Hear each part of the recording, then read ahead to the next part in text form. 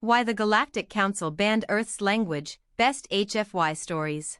The Galactic Council was a powerful and ancient organization, overseeing countless civilizations scattered across the stars. It existed for centuries, promoting peace, trade, and cooperation among the species. But when Earth's language was introduced into the galactic common, a mysterious, inexplicable event occurred, one that would change the course of galactic history forever.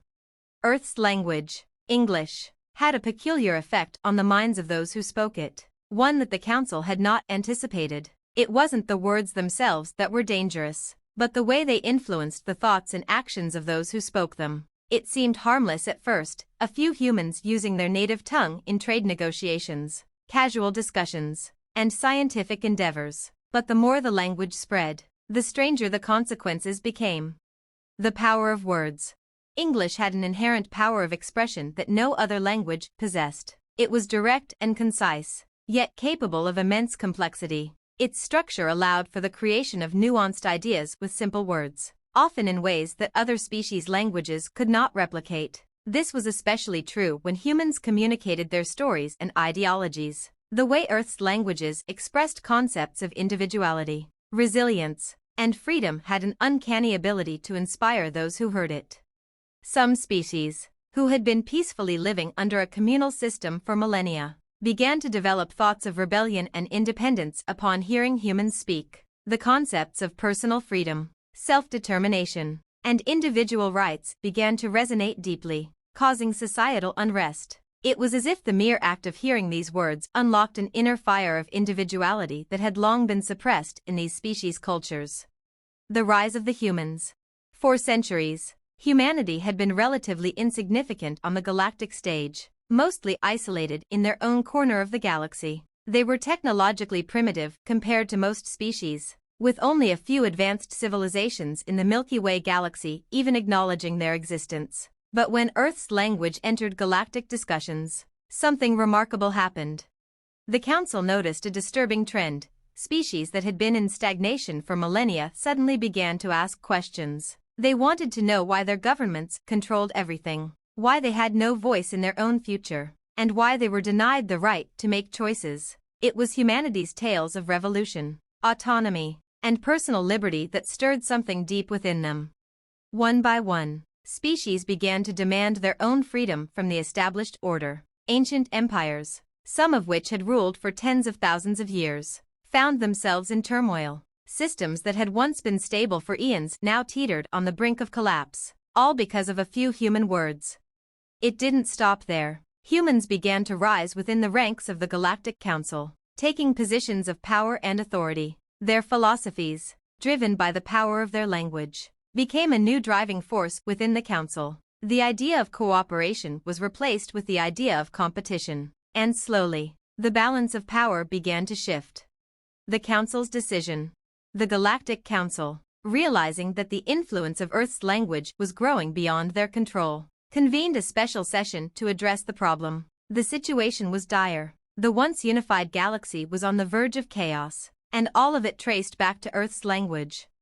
After much deliberation, a decision was made. The Council, in a rare and unprecedented move, voted to ban Earth's language from being spoken in any official capacity within Council territory. Any communication, be it in trade, diplomacy, or law, that utilized Earth's language was to be prohibited. The goal was simple: to prevent the spread of ideologies that encouraged rebellion, independence, and the dismantling of long-standing intergalactic institutions. At first, the humans were unaware of the full extent of the Council's actions. However, soon, entire sectors of the galaxy found themselves avoiding contact with human diplomats and scientists, as their words were seen as too dangerous. Humans, naturally, became more defiant, rejecting the ban and speaking their language in covert meetings and clandestine operations. The human response. The ban on Earth's language did not have the desired effect. Instead, it strengthened humanity's resolve. If anything, the Council's actions had made Earth's language even more powerful. Those who spoke it, whether human or otherwise, began to rally behind the core values that had been spread so far throughout the galaxy. Within a few short years, Humanity had organized a movement that spanned multiple star systems. They began to build alliances with other species who had been similarly affected by the language, and together, they began to challenge the authority of the Galactic Council. The Council had underestimated one critical thing: humans were not easily cowed, and the strength of their language only fueled their spirit. What the Council didn't understand was that Earth's language wasn't just a means of communication. It was a weapon, a tool that shaped not just thoughts, but hearts and minds. It embodied the very essence of what it meant to be free. The more the Council tried to suppress it, the stronger it became. The final confrontation.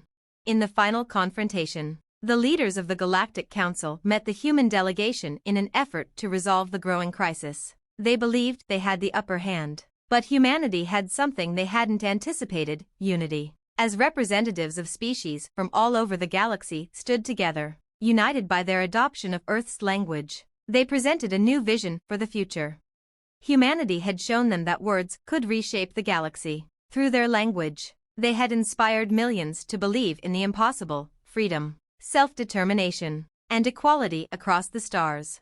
The Council, realizing their grave mistake, reluctantly lifted the ban, but it was too late. The language was no longer just a tool of humanity, it had become a symbol of galactic unity, one that no power could contain. And so, Earth's language became the foundation of a new era, not as a weapon, but as a testament to the strength of the human spirit, a language of freedom that would echo through the stars for centuries to come. The aftermath: a new dawn. With the lifting of the ban, the galactic community found itself irrevocably changed. The Council, which had once been the unchallenged authority across the stars, now had to reckon with a new reality, one where the ideals of personal liberty, autonomy, and individualism weren't just dreams propagated by humans, but were actively embraced by species across the galaxy. Humanity, once a relatively quiet species on the galactic stage, had become the moral compass of a new age. The story of their struggle, the spread of their language, and the movement that followed, united species that had long been divided. No longer were the disparate civilizations of the galaxy content to live under the iron rule of ancient empires or bureaucratic control. They sought a new future, one where they could forge their own paths, speak freely, and pursue their destinies without interference. The most powerful aspect of Earth's language was its adaptability. It wasn't bound by rigid structures like other galactic tongues. Its flexibility allowed for the evolution of new ideas, new ways of thinking, and even new forms of government. In the years that followed, the Galactic Council found itself restructured, shifting from an institution of control to one of cooperation, based on mutual respect for each civilization's rights to self-determination. The language of unity. As the years passed, Earth's language became the official tongue of galactic diplomacy. But it wasn't just the words that had made this shift possible. It was the deeper values embedded within the language, the belief that anyone, from any background or species, could rise to greatness if given the freedom to speak, think, and act for themselves. The Council's original goal of suppressing Earth's language had backfired spectacularly. Instead of quelling rebellion, it sparked a revolution in how the galaxy viewed governance, cooperation, and individuality. The old systems of authority, long resistant to change, crumbled in the face of an idea that could not be stopped: that every being, regardless of their origins, deserved the right to freedom and self-expression. The legacy of Earth.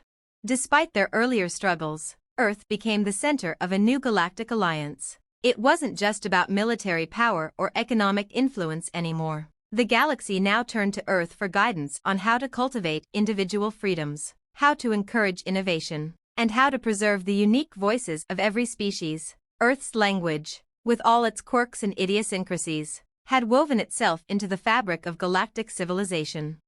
Human leaders began to travel across the stars, offering not just technological advancements, but a new philosophy of existence. They shared stories of their history, their struggles, and their victories over oppression. They spoke of revolutions, of the human spirit's refusal to be silenced, and how even the smallest of voices could echo through the corridors of power. Other species began to learn Earth's language in droves, and soon, it was common to hear its distinct cadence and flow in the most unexpected places. An ancient race of aquatic beings, long indifferent to the concerns of land dwellers, took up the study of English as they joined in the movement for autonomy. A race of towering, telepathic giants, who had once seen themselves as superior to all others, began to re-examine their views on equality and shared governance. The Galactic Council, now a much more inclusive and open body, was tasked with finding new ways to unite the galaxy while respecting the individuality of each species. Humans, with their history of rebellion and resilience, became the stewards of this new vision. Their language, once deemed dangerous, became the symbol of the hope and unity that now defined the galaxy. The future, a galaxy reborn. The once divided galaxy now found itself forging a new path forward, one where cooperation between species was built not on fear or dominance, but on mutual respect for freedom. Earth's language, the language of rebellion, had become the language of unity. In the farthest reaches of the galaxy, the story of how the Galactic Council banned Earth's language became a cautionary tale, a reminder of how easily a power structure could collapse when faced with the power of words and ideas that could not be suppressed. And so, the humans and their language continued to spread across the stars. Wherever they went, their message was clear: no one, no matter how small, should ever be silenced. The galaxy, in all its vastness, was united in the belief that the strength of a species lay not in its ability to control, but in its freedom to express, to imagine, and to evolve. For the first time in millennia, the galaxy was truly free, and the words of Earth rang louder than ever, echoing across the stars, a symbol of the indomitable will of all those who dare to speak their truth, no matter the cost. The seeds of rebellion, a new generation. As the years passed, a new generation of beings grew up in a galaxy that was more free, more diverse, and more interconnected than ever before. Yet, the legacy of Earth's language and the ideals it had sparked began to take on new forms. While the older generations remembered the struggle against the Galactic Council and the impact of Earth's words, the youth were born into a world where the boundaries of individual freedom were no longer in question. But as history often shows, the fight for freedom is never truly over. In the depths of space, far from the core systems where Earth's influence was strongest, new factions began to form. These were not groups that sought to dominate the galaxy, nor were they motivated by greed or conquest. They were born from the very ideas that Earth had planted, the ideals of personal liberty and autonomy taken to their extreme.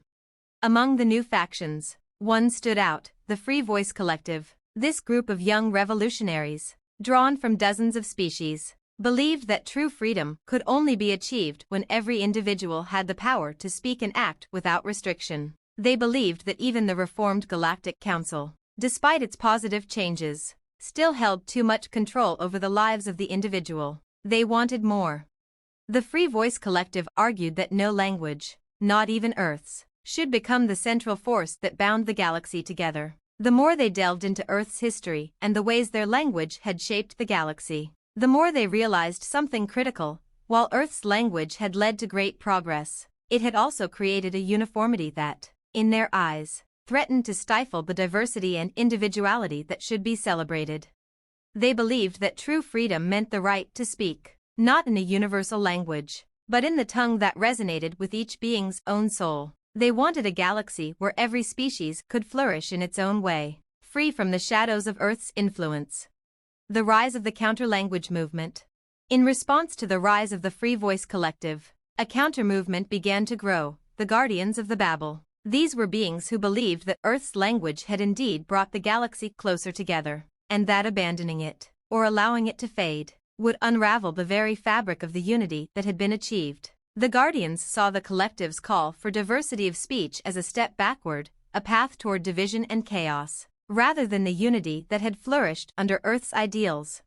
The Guardians argued that while it was important to preserve the cultural uniqueness of each species, it was equally important to maintain a common ground, something to unite them in their shared purpose. Earth's language had become that foundation. By abolishing it, they feared, the galaxy would return to the old ways of isolation, distrust, and division. The Guardians believed that the galaxy's strength lay not just in its diversity, but in its ability to understand one another. What began as small protests and philosophical debates soon escalated into a galactic conflict. The Free Voice Collective, with their call for linguistic freedom and the liberation of every species' unique voice, began to garner supporters across the galaxy, including some former allies of Earth who believed that personal liberty had been compromised in the name of unity. The Guardians of the Babel, on the other hand, rallied those who feared a return to the fractured, war-torn galaxy of old. A new era of galactic politics. The struggle between the two factions, the Collective and the Guardians, became the defining political conflict of the age. As tensions mounted, the Galactic Council found itself once again in a position of leadership. The Council had evolved from a bureaucratic institution to a more representative body, but it still held the power to mediate between the factions. However, this time, the solution was not as simple as a decision to ban or promote Earth's language. The galaxy had changed too much. The Council, now filled with representatives from across the stars, proposed a groundbreaking idea: the formation of a linguistic alliance. This new body would be tasked with promoting understanding and tolerance among the galaxy's many languages, ensuring that no single language would dominate, but also that no species would be forced to abandon their native tongue.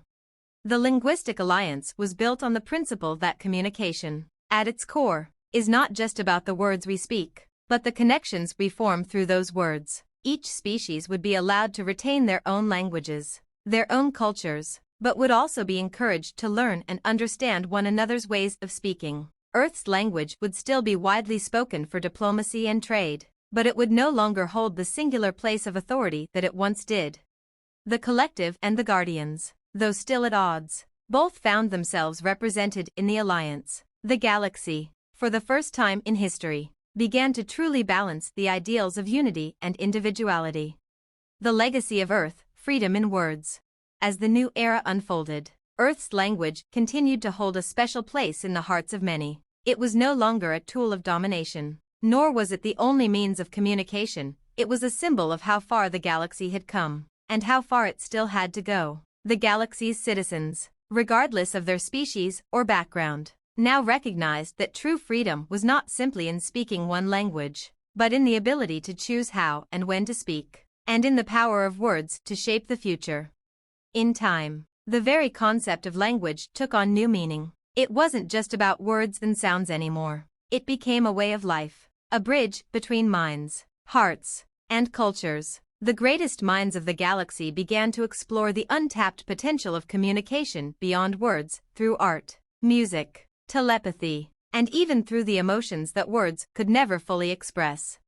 Earth, though still the birthplace of the galaxy's most influential language, had become one of many worlds in a vast, diverse, and united galaxy, its language just one of the countless ways in which the story of the universe was told. And so, as new generations of beings grew up in this galaxy of infinite possibilities, the echoes of Earth's words continued to shape their futures. But now, those words were joined by 1,000 others, each one contributing to a harmonious symphony of existence. And no matter how many languages the galaxy would speak, the message remained the same, that true power lay not in domination or conformity, but in the freedom to choose one's own path, to speak one's own truth, and to forge a future shaped by the collective voices of all.